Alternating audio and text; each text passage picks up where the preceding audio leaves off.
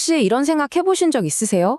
예수님을 가장 가까이서 매일 함께했던 제자들조차도 사실은 예수님이 진짜 어떤 분인지 뭘 하러 오셨는지 엄청 헷갈려 했다는 거예요. 그 이유를 풀 수 있는 열쇠가 아주 오래된 예언 속에 숨어 있는데요.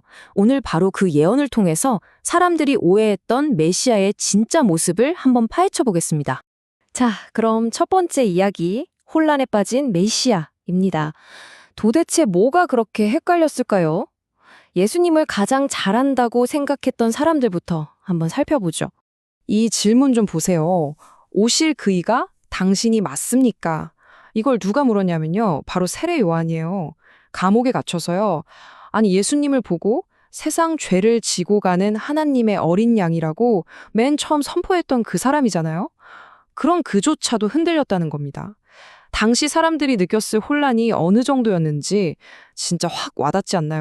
근데 이게 세례요한 혼자만의 고민이 아니었어요. 예수님의 핵심 측근 그룹 안에서도 이런 오해는 계속됐습니다.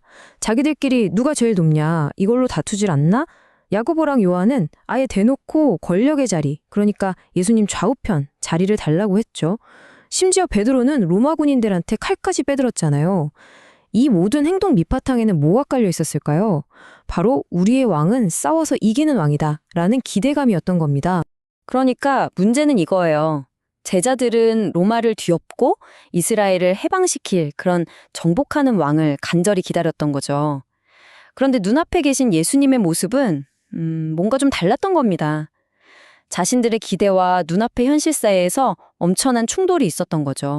자, 그럼 이제 이 미스터리를 풀 열쇠를 찾아 떠나볼까요? 두 번째 이야기, 나귀를 탄 왕입니다. 고대 예언서인 스가랴 9장으로 한번 들어가 보시죠. 스가랴 예언의 핵심적인 장면입니다. 보라, 내 왕이 내게 임하신다. 그런데 그 모습이 어때요? 겸손해서 나귀를 타신다. 그것도 나귀의 작은 것, 곧 나귀 새끼를 타신다고 하죠. 왕이 오시는데 나귀를 타고 오신다? 이게 모든 것의 시작입니다. 당시 사람들이 생각했던 왕의 이미지랑 한번 비교해 볼까요? 보통 위대한 정복자, 왕은 뭘 타고 나타나죠? 당연히 멋진 군마, 전쟁에 쓰는 말을 타고 오겠죠. 그게 바로 정복과 권력의 상징이니까요. 군사적인 승리를 가져다 줄 거라는 기대의 표현이죠. 그런데 스가랴가 예언한 왕은요? 나귀, 그것도 나귀 새끼를 타고 와요. 이건 뭐죠? 겸손과 평화의 상징이거든요. 와, 시작부터 완전히 다르죠? 모든 오해는 바로 이 지점에서 출발한 겁니다. 바로 이겁니다. 군마가 아닌 나귀라는 이 단 하나의 이미지가 우리가 메시아를 이해하는 데 있어서 모든 걸 바꿔놓는, 뭐랄까, 안경 같은 역할을 하는 거예요. 이 안경을 껴야만 예언의 진짜 의미가 보이기 시작하는 거죠.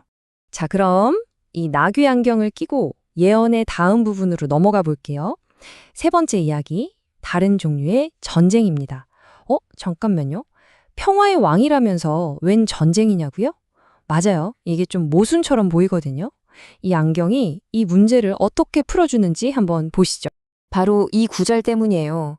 시온아, 내가 네 자식들을 일으켜 헬라 자식들을 치게 하며 너를 용사의 칼과 같게 하리라. 보세요. 일으켜 치게 한다. 용사의 칼과 같게 한다. 이건 누가 봐도 전쟁 얘기잖아요. 제자들이 왜 헷갈렸는지 충분히 이해가 가죠. 이거 완전 모순 아닌가요? 평화의 왕이 온다면서 갑자기 자기 백성을 칼로 삼아서 전쟁을 하겠다니 도대체 이게 무슨 말일까요? 자, 여기서 아까 우리가 썼던 나귀 안경이 필요합니다. 예언을 차근차근 뜯어보면요, 순서가 있어요. 첫째, 하나님이 먼저 이스라엘이 가진 무기들, 그러니까 병거, 말, 활 같은 것들을 다 없애버리겠다고 하세요. 인간적인 힘을 먼저 제거하는 거죠. 그리고 둘째, 그 다음에 하나님이 자기 백성을 하나님의 무기로 사용하시는 거예요. 활이나 칼처럼요. 자, 여기서 결정적인 포인트가 나옵니다. 이건 사람들이 자기 힘으로 싸우는 전쟁이 아니라는 거예요. 이건 하나님이 바로 그 사람들을 통해서 싸우시는 전쟁이라는 거죠. 이게 바로 우리가 영적 전쟁이라고 부르는 것의 핵심입니다. 땅을 뺏기 위해 칼과 창으로 싸우는 그런 물리적인 전쟁이 아니고요. 하나님의 능력으로 사람들의 마음과 생각을 변화시켜서 결국 그리스도께로 돌아오게 하는 싸움인 거죠. 전쟁의 목표 자체가 완전히 다른 겁니다. 자, 이제 이 예언이 그리는 메시아 백성의 모습, 그 마지막이자 가장 드라마틱한 장면으로 가보겠습니다. 네 번째 이야기, 목자의 승리입니다. 예언은 승리한 하나님의 백성을 두 가지 모습으로 그리는데요. 그 첫 번째 초상화가 정말 충격적입니다. 바로 맹렬한 포식자. 15절을 보면 원수를 삼키고 짓밟고 심지어 피를 마신다는 표현까지 나와요. 와, 엄청나게 사납고 강력한 이미지죠? 그런데 바로 다음 절에서 두 번째 초상화가 등장하는데 이건 완전히 180도 달라요. 그들을 뭐라고 부르냐면 온순한 양이라고 합니다. 네? 방금 전까지 피를 마시는 푸식자라면서요. 갑자기 양떼라니요?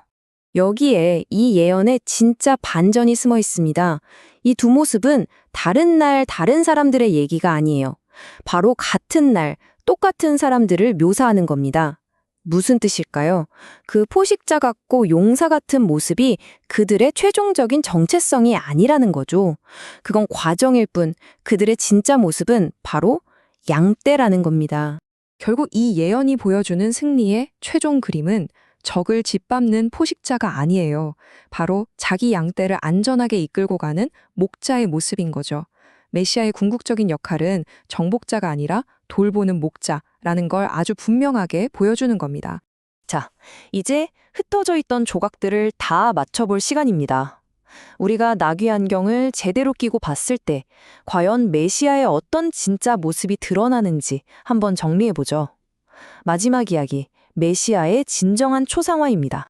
스가랴 9장이 보여주는 메시아의 세 가지 초상화를 정리해보면 이렇습니다. 첫째, 겸손한 왕, 그 상징은 바로 나귀였죠. 힘이 아니라 평화로 다스린다는 뜻이고요. 둘째, 영적 전사, 이건 하나님의 칼로 상징됩니다. 인간의 전쟁이 아니라 하나님의 전쟁을 싸우시는 분이라는 의미죠.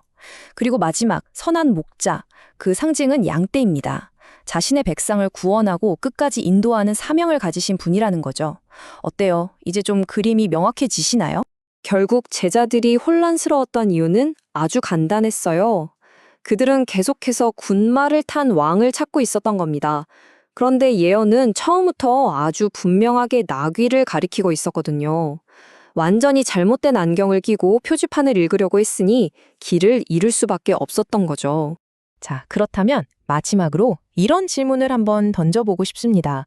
만약에 성경이 말하는 진짜 승리가 번쩍이는 갑옷을 입은 정복하는 군인이 아니라 먼지 묻은 옷을 입은 겸손한 목자의 모습이라면 그 사실이 오늘을 살아가는 우리의 삶을 또 우리가 생각하는 승리의 개념을 어떻게 바꿔놓을 수 있을까요? 한 번쯤 깊이 생각해 볼 문제인 것 같습니다.